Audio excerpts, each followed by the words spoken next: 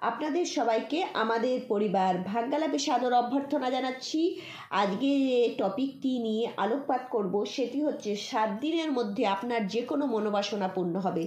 ঠিক শুনেছেন, যে কোনো মনোবাসনা, সেটা যতই অসম্ভব, জটিল, কঠিন হোক না কেন, 7 দিনের মধ্যে আপনার এই মনোবাসনা পূর্ণ হবে। সেটি কি করতে হবে? আপনাকে একটি পাতায় লিখে দিতে হবে একটি শব্দ। সেই পাতাটি কি, কখন লিখবেন, কিভাবে লিখবেন এবং আপনি যা চাইবেন তাই পাবেন করতে আপনি কি করবেন সে সম্পর্কে আলোকপাত করব। তার আগে অবশ্যই অনুরোধ করব, যারা চ্যানেলটিকে এখনও সাবস্ক্রাইব করে উঠতে পারেননি তারা দয়া করে চ্যানেলটিকে সাবস্ক্রাইব করে পাশে থাকা বেল আইকনটি ক্লিক করুন। আমাদের ভিডিও ভালো লাগলে লাইক করবেন, শেয়ার করবেন, ভিডিওটি অবশ্যই শেষ পর্যন্ত দেখবেন, প্রচুর শেয়ার করুন, কেননা প্রত্যেকের মনোবাসনা পূর্ণ হোক এটাই আমরা চাই। তাই প্রচুর শেয়ার করে সবার মনোবাসনা পূর্ণ হোক, এই ভালো কাজটি করুন। প্রথমেই বলবো যে আজকে যে পাতাতে লেখার কথা বলছি সেটি হচ্ছে বেলপাতা। যে কোনো ধর্মের মানুষ করতে পারেন, কোনো অসুবিধা নেই। পুরুষ মহিলা সবাই করতে পারেন, কোনো অসুবিধা নেই। এবং শুধু অনুরোধ করব যে যদি আপনার বাড়িতে কেউ জন্মেছে, জন্ম ঔষধ চলছে, বা কেউ মারা গেছে, মৃত্যু ঔষধ চলছে, বা মহিলাদের পিরিয়ড চলছে, মাসিক ধর্ম চলছে, তারাই কাজটি করবেন না, কাজটি করা থেকে বিরত থাকবেন। বাদ বাকি সময়ে করতে পারেন, কোনো অসুবিধা নেই। বেলপাতা আপনাকে সংগ্রহ করতে হবে, ছেঁড়া ফাটা যেন না হয়। সুন্দর একটা বেলপাতা সংগ্রহ করুন। এই বেলপাতায় ব্রহ্মা, বিষ্ণু, মহেশ্বরের বাস। 3টে পাতা, ব্রহ্মা, বিষ্ণু, মহেশ্বর অবস্থান করেন। আবার ত্রিনেত্র, মহাদেব, স্বয়ং মহাদেবের ত্রিনেত্র। এই বেলপাতাতে আপনাকে লিখতে হবে, প্রথমে আপনাকে নিতে হবে আলতা। হ্যাঁ, মহিলারা পায়ে যে আলতা পরে সেই আলতা, তবে একটুকুনি বলবো যে ব্যবহার করেছেন সেই আলতা নেবেন না, একটা নতুন আলতা নেবেন। অনেক সময় কি হয় বলুন তো, বুড়ো আঙুল দিয়েই একবার করে নেয়, একবার করে পায়ে পড়ে মহিলারা, বা ওইটা ঢেলে নিয়েছে, দিয়ে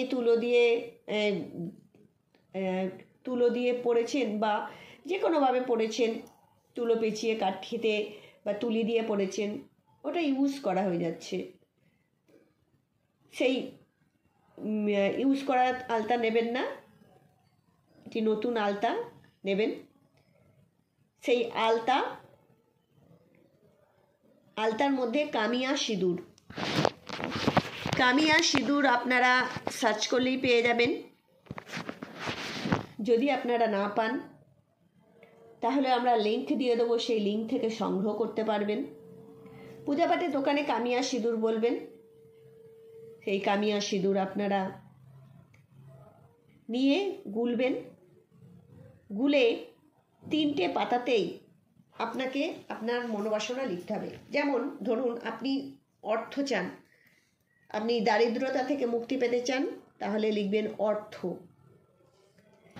যদি ধরুন বিয়ে আপনার দরকার, বিয়ে হচ্ছে না, তখন বিয়ে লিখবেন, 3টে পাতাতেই লিখবেন। ধরুন প্রেম, তাহলে প্রেম লিখবেন। সন্তান চান, সন্তান লিখবেন। যেটা চান সেটা শর্ট ফর্ম শুধু লিখবেন। যদি ঋণ মুক্তি চান লিখে দেবেন ঋণ মুক্তি। এবার একটা কথা বলি, এই তো বানিয়ে নিলেন আপনি আলতার কামিয়া সিঁদুর দিয়ে, কালির মতন এটা বানিয়ে নিলেন। কি দিয়ে লিখবেন? যদি ময়ূরের যে পালক হয় তার যে ছুচুলো অংশ সেটা দিয়ে লিখতে পারেন, বা ডালিম গাছের ডাল, সেটা পেনের মতন করে নেবেন, দিয়ে লিখবেন। শত্রু দমন যদি চান শত্রু দমন লিখবেন। রোগ নিবারণ চাইলে শুধু রোগ নিবারণ লিখবেন। 3টে পাতাতেই লিখবেন। লিখে আপনাকে কি করতে হবে, একটি রূপোর কৌটো নিতে হবে। যদি রূপোর কৌটো না হয় যে কোনো পাত্র নেবেন, তার মধ্যে মধু ভরবেন। সেই মধুর মধ্যে এই পাতাটি এই 3টে পাতা একসঙ্গেই ছিঁড়ে দেবেন না, ওইভাবেই ডুবাবেন। ডুবিয়ে সেটি পূজা স্থলে রেখে দেবেন। যেখানে পূজা পাঠ করেন সেই পূজা স্থলে রেখে দেবেন। দিয়ে আপনি যখন পূজা পাঠ করবেন তাকেও ধূপ ধুনো দেবেন। ধরুন দেখা যাচ্ছে যে এটা লিখেছেন, যে মনোবাসনা, সেটা আপনার দিকে আছে, কোনো অসুবিধা নেই। এটা নিয়ে বারবার খুলবেন না, দেখবেন না, কোনো কিছু না। আপনি যদি এটি স্থির বিশ্বাস নিয়ে, দৃঢ় বিশ্বাস নিয়ে, ভক্তি নিয়ে 100% সমর্পণ দিয়ে এই কাজটি করতে পারেন, আপনার মনোবাসনা 7 দিনের মধ্যে পূর্ণ হবে। একটি কথা বলে রাখি, যখন মনোবাসনা পূর্ণ করার আমরা চেষ্টা করি না, তখন আমাদের যে ইচ্ছা, যে শক্তি, যে ভাইব্রেশন, সেটি কখন আকর্ষণ করবে? যখন আপনার এই শক্তিটা, চাওয়াটা স্ট্রং হবে। তাহলে তার জন্য সাত্ত্বিক জীবনযাপন অবশ্যই দরকার। তাই যখন করবেন তখন তার থেকে 7 দিন আগে থেকে যদি আপনি প্রিপারেশান নেন খুব ভালো। নাহলে কম করে 3 দিন সাত্ত্বিক ভোজন করবেন, মাছ মাংস পেঁয়াজ রসুন মদ এগুলো ত্যাগ করবেন। কোনো নেশার জিনিস ত্যাগ করতে পারলে তো খুবই ভালো।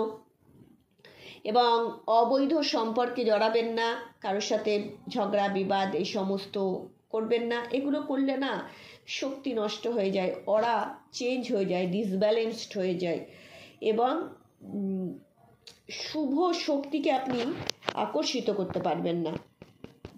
মেন্টালি তো আপনি আপসেট থাকবেন, আপনি একটা বিচ্ছিন্ন একটা ভাব থাকবে। তাহলে আপনি শুভ কাজ করবেন কি করে? স্ট্রং হয়ে এটি করুন। এবারে মনোবাসনা পূর্ণ হয়ে গেলে আপনি কি করবেন? এই যে কৌটোটা আপনি নিয়ে যাবেন, দিয়ে কোনো জলে, পবিত্র জলে, কোনো নর্দমার জল বা পচা বাজে জলে না, জলে আপনি এটি সমর্পণ করে দেবেন, ভাসিয়ে দেবেন। আর কৌটোটা আপনি ধুয়ে নিয়ে চলে আসতে পারেন, কোনো অসুবিধা নেই। কৌটোটা আপনি যে কোনো কাজে ব্যবহার করতে পারেন। এই কাজটি করুন, ব্রহ্মা বিষ্ণু মহেশ্বর স্বয়ং আপনার সাথে থাকবে, আপনাকে কৃপা প্রদান করে আপনার মনোবাসনা পূর্ণ করবে, এবং আপনি আপনার অভীষ্ট লক্ষ্যে পৌঁছে যাবেন। আপনারা সবাই আপনাদের অভীষ্ট লক্ষ্যে পৌঁছে যান। ঈশ্বরের কাছে, পরমেশ্বরের কাছে, আমার ইষ্টদেবের কাছে এই কামনাই করছি। ভালো থাকবেন।